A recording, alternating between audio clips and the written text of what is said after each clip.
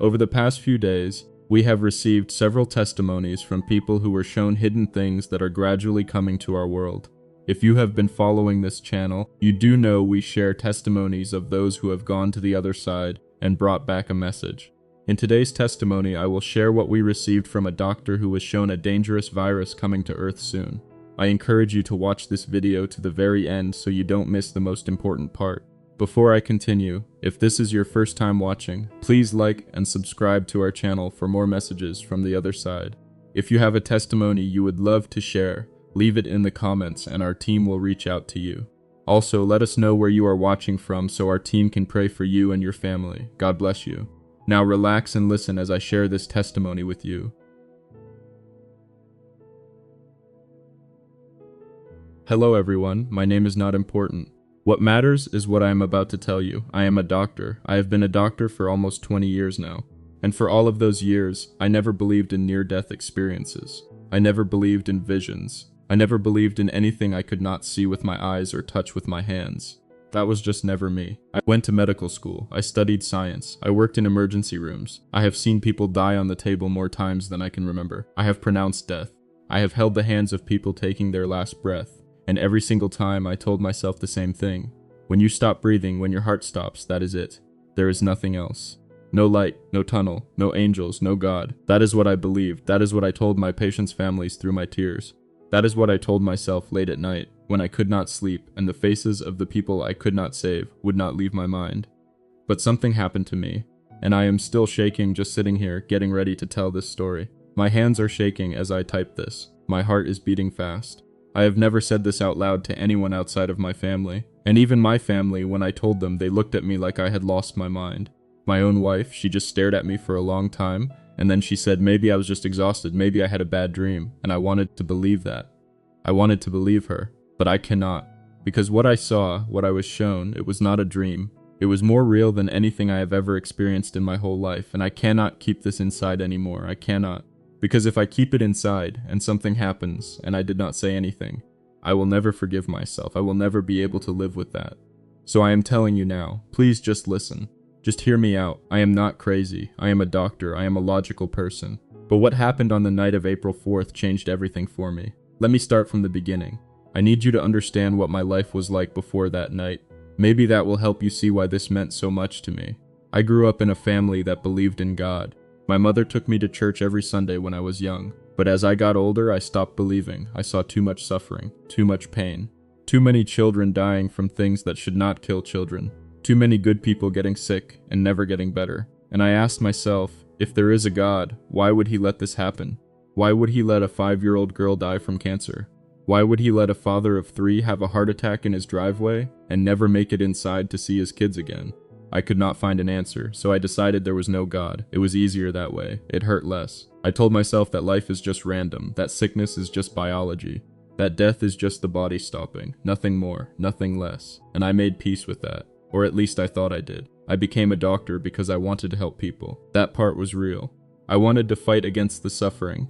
I wanted to be the person who saved the 5-year-old girl. I wanted to be the person who brought the father of 3 back. And sometimes I did.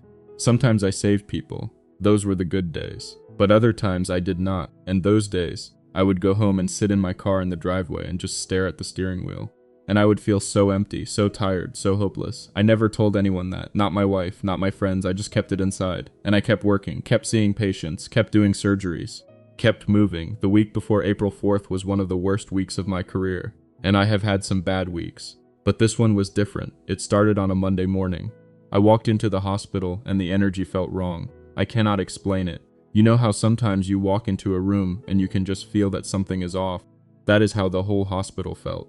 Heavy. Dark. Like something bad was already happening even though nothing had happened yet. My first patient that day was an old man, maybe 75 years old. He had been healthy his whole life, his wife told me. Never smoked, never drank. Walked 2 miles every morning. And then 3 days ago he woke up with a fever. Just a small fever, nothing too bad. But by the second day, he could not get out of bed. By the third day, his daughter called an ambulance because he was not making sense when he talked. I ran the tests, I looked at his numbers, and I could not figure out what was wrong with him. Everything pointed to a simple infection, but the medicine was not working. Nothing was working. I watched him get worse over the next few hours. and by the evening, I had to put him on a breathing machine. His wife was crying in the hallway. His daughter was on the phone with the rest of the family, and I just stood there. I had no answers. For the first time in a long time, I had no answers. The rest of the week was the same. Every patient I saw, there was something strange, something I could not explain. Young people with high fevers that would not break, middle-aged people with coughing that would not stop, children with rashes that spread across their bodies in just a few hours. And the tests. I ran every test I could think of. Nothing came back clear, nothing made sense. It was like every sickness had decided to show up at the same time, and I was supposed to fix it all. But I could not. I felt so small, so useless, so helpless.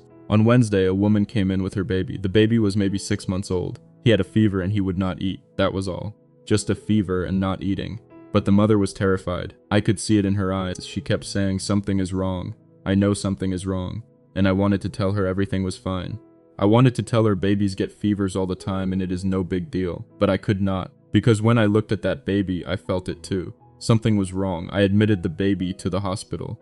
I ran more tests. And the next morning the baby was worse. Much worse. His fever was higher. His little body was shaking.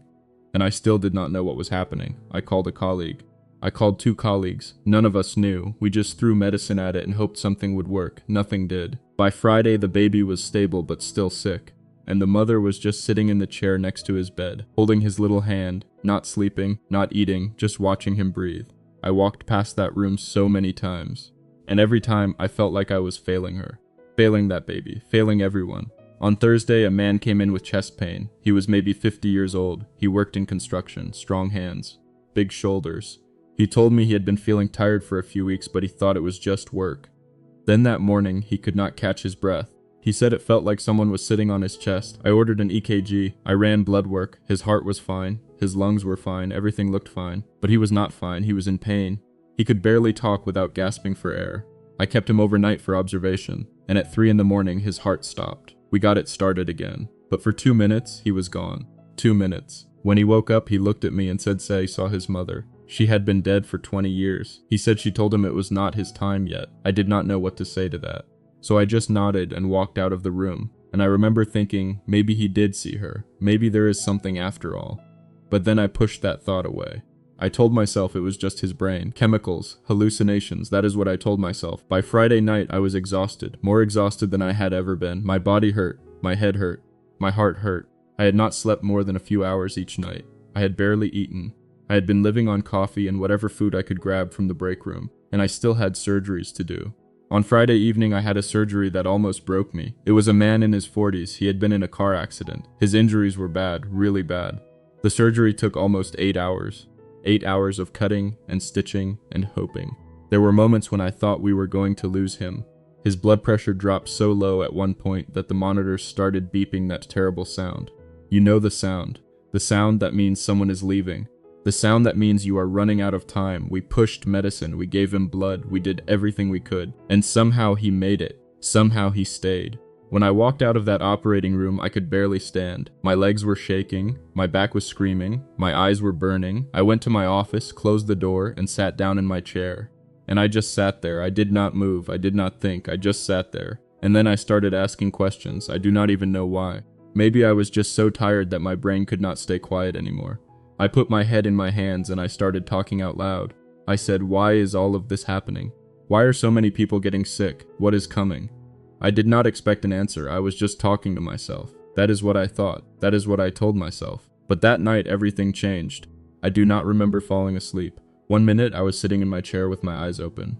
The next minute, I was somewhere else. Not in my office, not in the hospital, somewhere else. And I was not asleep. I know that now. I was not dreaming. I was somewhere real. A place I had never been before. I was standing in an open field. Or maybe it was a big open place, like a park. Like a fairground. There was grass under my feet. There was sky above me. But the sky was different. It was not blue like normal. It was kind of golden, kind of soft.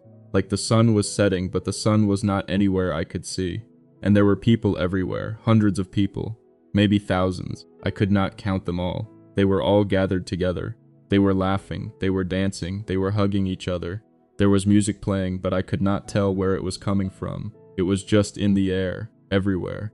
And the people were so happy. I have never seen people that happy. Not at a wedding, not at a birthday party, not anywhere. They were just full of joy, full of life.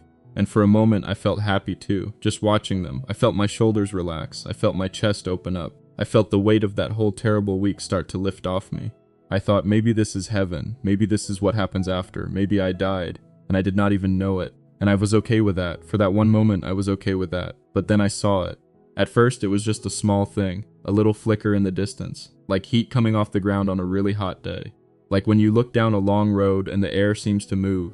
That is what it looked like, just a little flicker. I did not think anything of it at first. I just kept watching the people, kept listening to the music. But then the flicker grew, it got bigger, and bigger, and I realized it was not heat, it was a flame, a great big flame.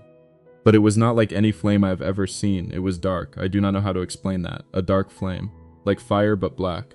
Like someone took fire and painted it with shadows. It moved slowly at first, creeping across the ground like smoke. But then it started moving faster, and it was heading toward the people. I tried to scream, I opened my mouth and I tried to scream a warning, but nothing came out. No sound, no air, nothing. I tried to run toward them. I tried to move my legs, but I could not. My feet were stuck to the ground like someone had poured concrete around them. I could not move at all. I could only stand there and watch. The flame touched the first group of people. They were standing in a circle, holding hands, laughing about something. And when the flame touched them, they fell. Just fell. Like someone cut their strings, like puppets when the puppeteer lets go. They did not scream, they did not fight, they just fell to the ground, and they did not get back up. I knew they were dead. I do not know how I knew, I just knew. There was no breath in them, no life, just empty bodies on the grass, and the flame kept spreading, it kept moving, more people fell, and more, and more. The ones who were farther away, they saw what was happening. They tried to run, they tried to get away, but the flame was faster. It came up behind them like a wave, like a dark ocean wave, and when it touched them, they fell too.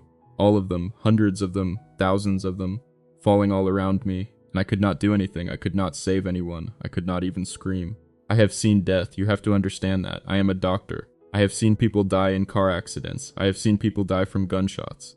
I have seen people die from sickness and from old age and from things I cannot even name. But I have never seen anything like this. It was quiet, it was fast, and it did not stop. It just kept going, kept taking, kept killing, and then it started coming toward me. I saw it moving across the grass, slow at first, then faster. And I tried so hard to move, I tried to lift my foot.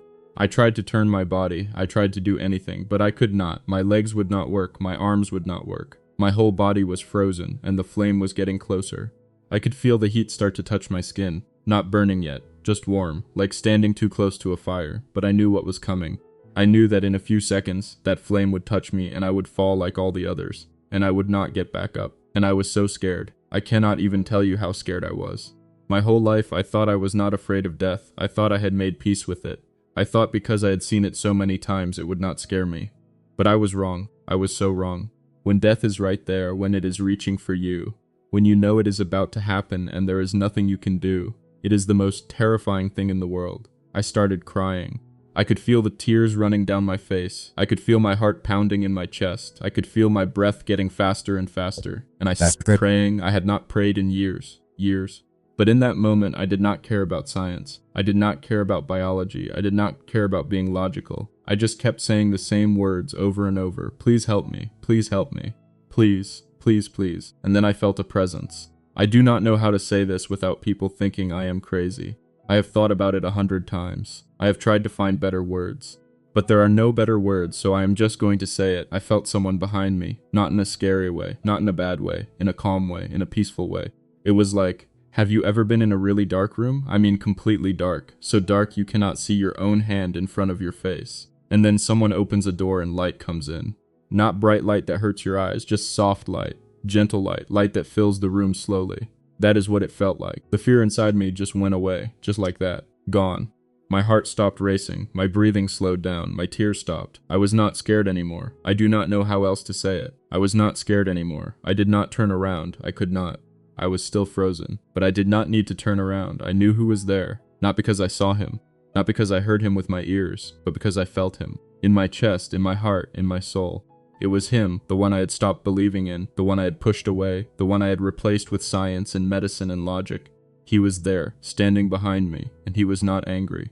That is what surprised me the most. He was not angry at me for not believing. He was not angry at me for ignoring him all those years. He was just kind, just gentle just full of something I cannot name, something bigger than love, something deeper than love, something I did not even know existed. And then he spoke to me, not with words, not out loud, but inside my mind, inside my heart. It was like the words just appeared in me, like they had always been there and I was just remembering them.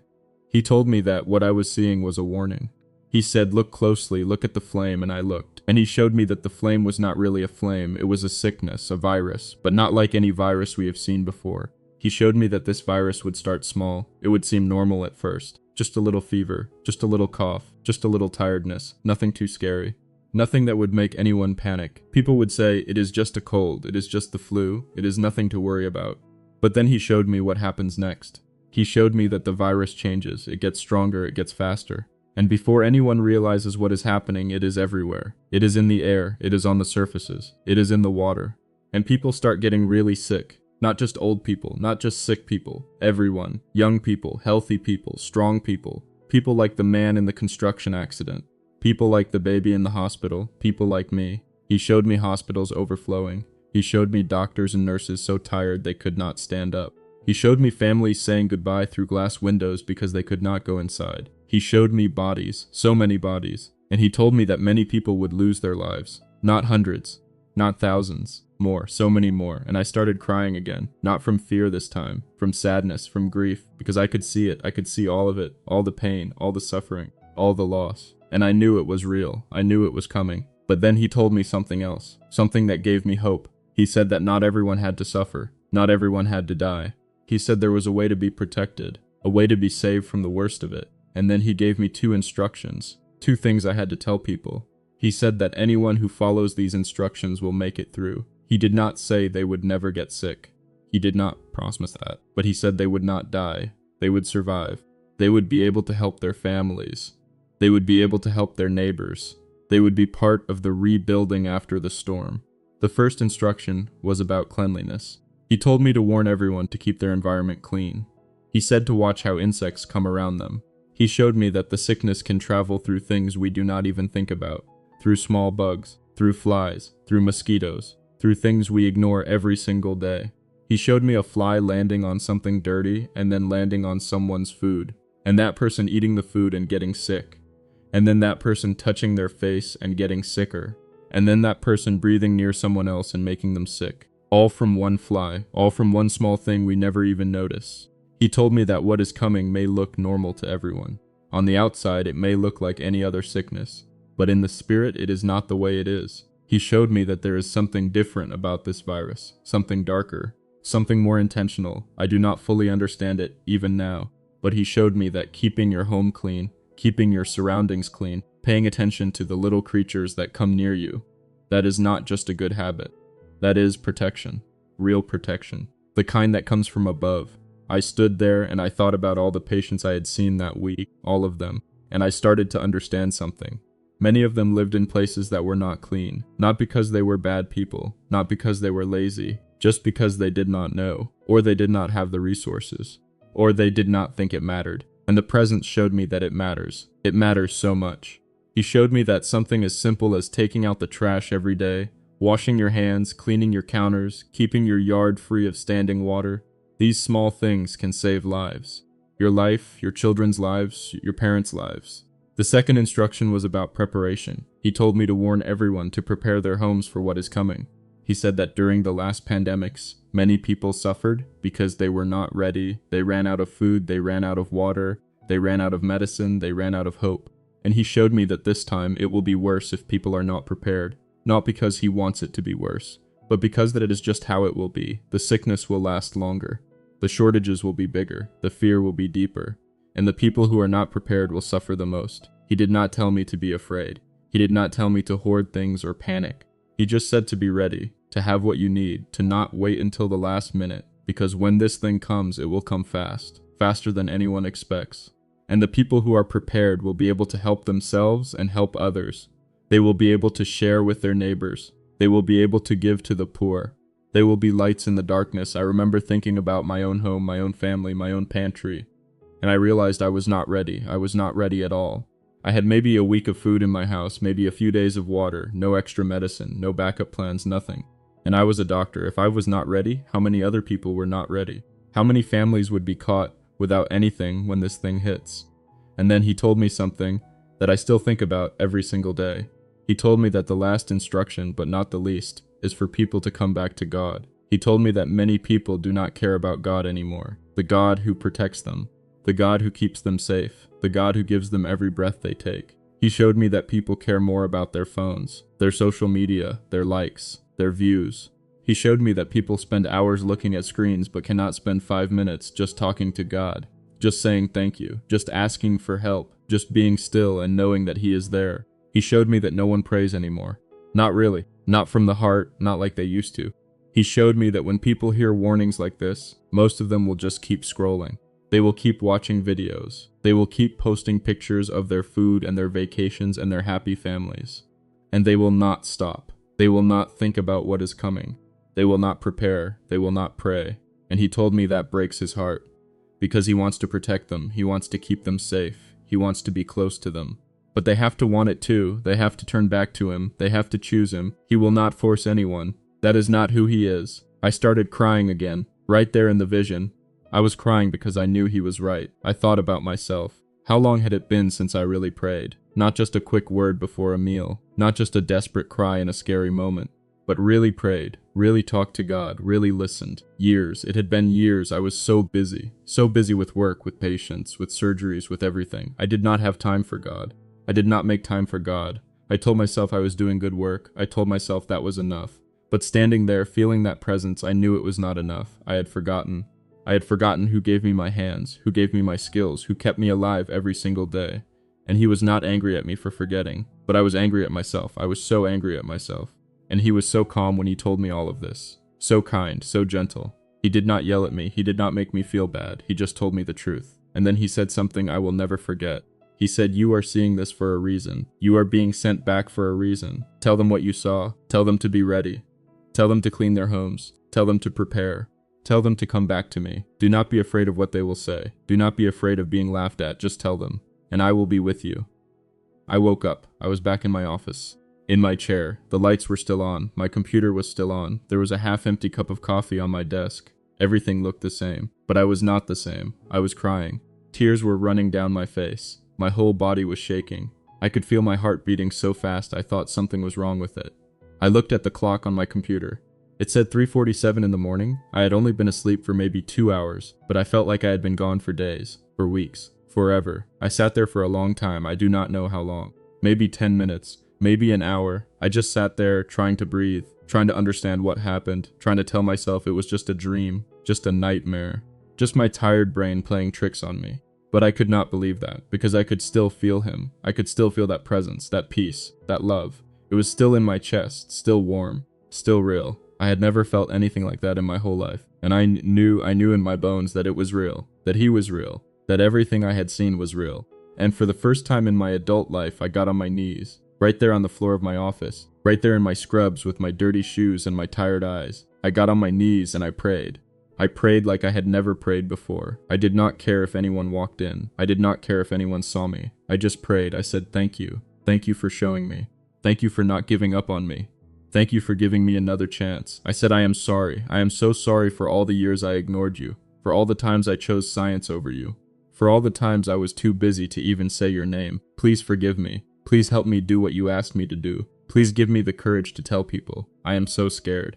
I am so scared of what they will say. But I will do it. I will do it because you asked me to. Help me. Please help me." And I stayed there on my knees for a long time, just crying, just praying, just being still. And slowly the shaking stopped, the tears stopped. And I felt that peace again, that same peace I felt in the vision. It filled my whole body, from the top of my head to the bottom of my feet. And I knew I was going to be okay. I knew I was not alone. And I knew I had to share this message no matter how hard it was.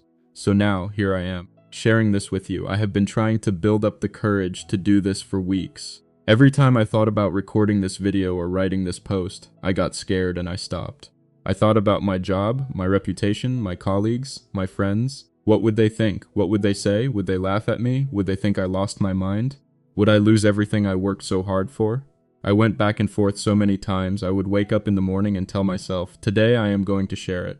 And then by the afternoon, I would change my mind. I would tell myself it is not the right time, or I need more proof, or maybe I should talk to someone first. but I kept coming back to the same thing. The presence told me to share it. He did not tell me to wait. He did not tell me to find proof. He just told me to tell people.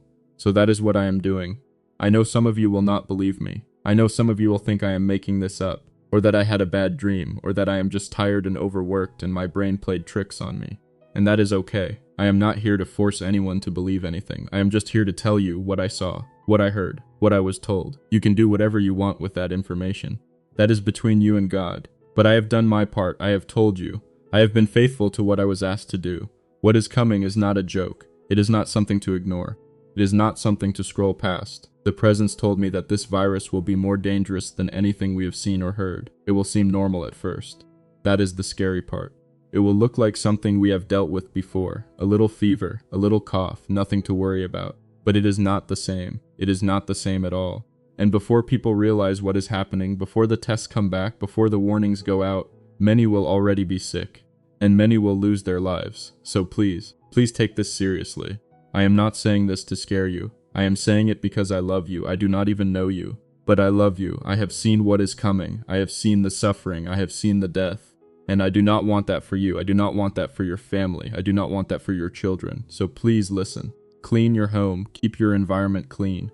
Watch the insects. Watch the little things you normally ignore. Take out the trash every day. Wash your hands. Clean your counters. Do not let water sit in your yard. Do not let bugs gather around your food. These small things matter. They matter more than you know. The presence showed me that something as simple as a fly can carry this sickness into your home, and once it is inside, it spreads fast. So keep your home clean, keep your family safe, prepare your home, get what you need. Do not wait until the last minute. The presence did not tell me to panic. He did not tell me to hoard. He just said to be ready, have extra food, have extra water, have extra medicine, have a plan. Because when this thing comes, it will come fast, and the stores will run out. The pharmacies will run out, the hospitals will be full, the people who are prepared will be able to help themselves and help others. Be one of those people. Do not be caught without anything. Do not let your family go hungry or thirsty or without medicine because you waited too long. And please come back to God. I am not saying this because I am a religious person. I was not religious before this happened. I was the opposite. I was a scientist, a doubter, a non-believer. But I have seen the truth now. I have felt His presence. I have felt His love. And I know that He is real. He is real and He is good and He wants to protect you. But you have to turn to Him. You have to pray. You have to talk to Him. You have to ask for His help. He will not force Himself on you. He is waiting. He has always been waiting. But you have to choose Him. You have to come back to Him. You do not have to be perfect. You do not have to have all the right words. You do not have to go to church or read a certain book or follow a certain list of rules. Just talk to Him. Just say, God, I am scared. God, I need you. God, please help me. Please protect my family. Please give me the strength to do what I need to do. That is all. That is enough. He hears you. He sees you. He loves you. I know that now in a way I never knew before. I am not saying this will happen tomorrow, or next week, or even next month. The presence did not give me a date. He just told me that evil is coming, that it is on its way, that it is closer than most people think, and that we need to prepare now, not later, not when we have more time, not when we feel like it, now, today, because tomorrow might be too late. So please, do not wait. Do not tell yourself you will do it tomorrow. Start today. Clean one room, just one. Buy a few extra cans of food, just a few. Say one prayer, just one. Start somewhere. That is all I am asking. Just start. This is the first time I have ever shared this message. I have been scared to share it. Scared of what people will say. Scared of losing my job. Scared of being called crazy. But I am more scared of staying silent. I am more scared of knowing what is coming and not saying anything. I cannot do that. I will not. If I stay silent and people suffer, that is on me. That is my fault. And I cannot live with that. So I am telling you now, all of you. Please listen, please prepare, please pray. And please share this with the people you love. Share it with your family. Share it with your friends. Share it with your neighbors. Because the people I saw falling in that field, they had people who loved them too. And no one warned them. No one told them what was coming. And they died. They just fell and died. And I do not want that to happen to you. I do not want that to happen to anyone you love. One more thing, I need to say this clearly so no one misunderstands. This testimony is not a guarantee that it will happen soon. I do not know when, only God knows when. But I know that evil is coming. I know that this virus is real. I know that it is more dangerous than anything we have seen. And I know that we need to be ready. My experience is not meant to cause panic or fear. That is not why I am sharing it. I am sharing it to help people, to help you prepare, to help you protect yourselves and your families. Do not live in fear, live in readiness, live in hope, live in prayer. That is what I am asking you to do. Thank you for listening. Thank you for hearing me out. I know this was long. I know it was a lot to take in. But I had to say it all. I had to tell you everything. I could not leave anything out, because every part of this matters. Every detail is important, and I want you to have the full story, the real story. Not a shortened version, not an easy version. The real one. If you are listening to this or reading this, please take it to heart. Please prepare. Please pray. And please do not forget that you are loved. More than you know. More than you can ever understand, you are loved. By him, by me, by forces you cannot see. You are not alone. You have never been alone. Even when it felt like it, even when you could not feel him. He was there, he is there, and he will be there when the storm comes. Just turn to him, just call his name, he will answer. I am going to stop now because I am crying again, and I cannot see the screen very well. But I have said what I needed to say. I have done what I was asked to do. The rest is up to you. God bless you. God keep you. God protect you and your family. Be safe, be ready, and do not forget to pray. Thank you for listening. If this testimony blessed you, please don't go without sending this message to someone you know that needs this message. Also, if you are yet to subscribe to our channel, please kindly like and subscribe. If you have done that, may God bless you.